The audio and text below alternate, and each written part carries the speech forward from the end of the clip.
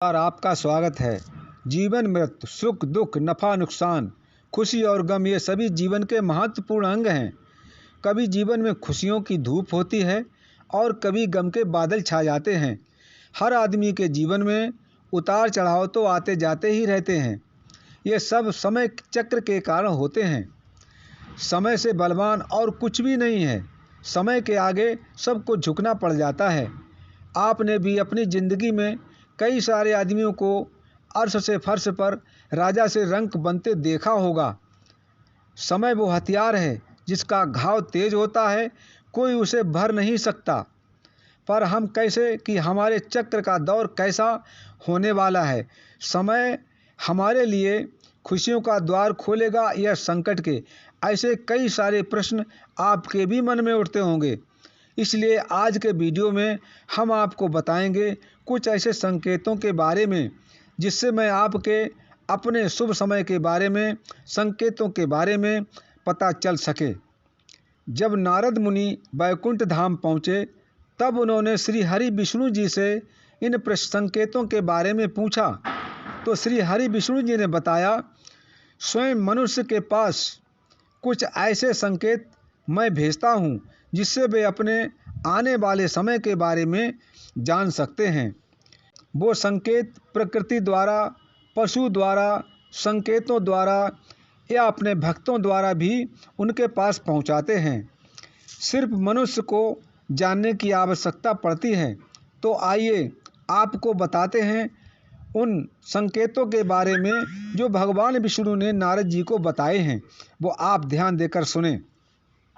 पहला संकेत, अगर आपकी आँख ब्रह्म मुहूर्त में खुले और आपको ईश्वर का स्मरण हो जाए या आपको ऐसा प्रतीत हो जैसे आपको कोई किसी दिशा की ओर ले जा रहा है, तो समझ जाइए आपके कामयाबी के नए द्वार खुलने वाले हैं।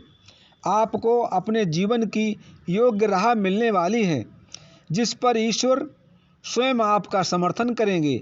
अगर आपकी भी आँख ब्रह्म मुहूर्त में खुलती है तो अच्छी बात है, आप स्वयं भगवान श्री हरि का स्मरण करें, ये बात ठीक है। अब दूसरा संकेत सुने। आपने अगर महसूस किया हो तो कई बार आपका मन बिना कारण ही प्रसन्न रहता है। आपका खिला हुआ चेहरा मुस्कान से भरा हुआ रहता है। आप क्रोध से परे हो जाते हैं। ऐसे संकेत जरूर आपके जीवन में खुशियां लाने का संकेत दे रहे हैं जिसे आप सदैव प्रफुल्लित रहेंगे। इसलिए मन का प्रसन्न रहना सबसे बड़ा शुभ संकेत माना जाता है। अब तीसरा संकेत सुने।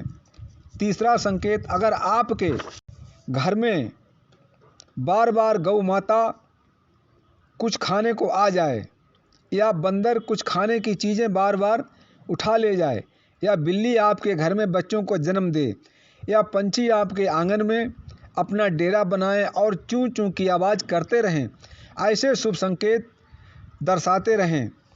अब आने वाला समय आपको बलवान बनाएगा जिससे अपने जीवन में एक योग्य पदवी पर पहुंच सकते हैं। चौथा संकेत सुने। छोटे बच्चों में ईश्वर वास करते हैं, ये आप भी जानते हैं और हम भी मानते हैं।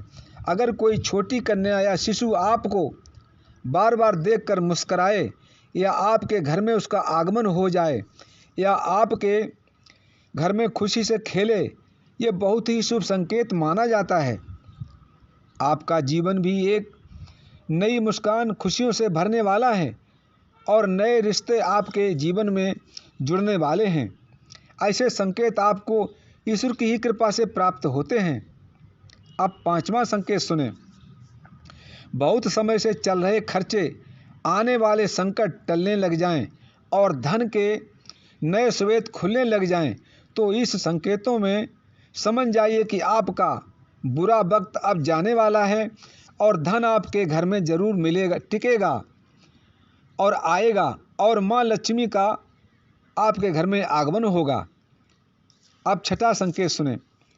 छठा संकेत, पूजा की थाली में फूल माला चंदन का गिरना, भगवान की मूर्त आपको देखकर बार बार मुस्करा रही हो ऐसा प्रतीत होना, घर पर प्रिय अतिथि का आगमन होना, घर में चांदी सोने का आना, महिलाओं का बायां और पुरुषों का दायां अंग फड़कना बहुत ही शुभ संकेत माने जाते हैं। ये सारे संकेत आपको शुभ संकेतों के बारे में सूचित करते हैं। अब 7वां संकेत सुने।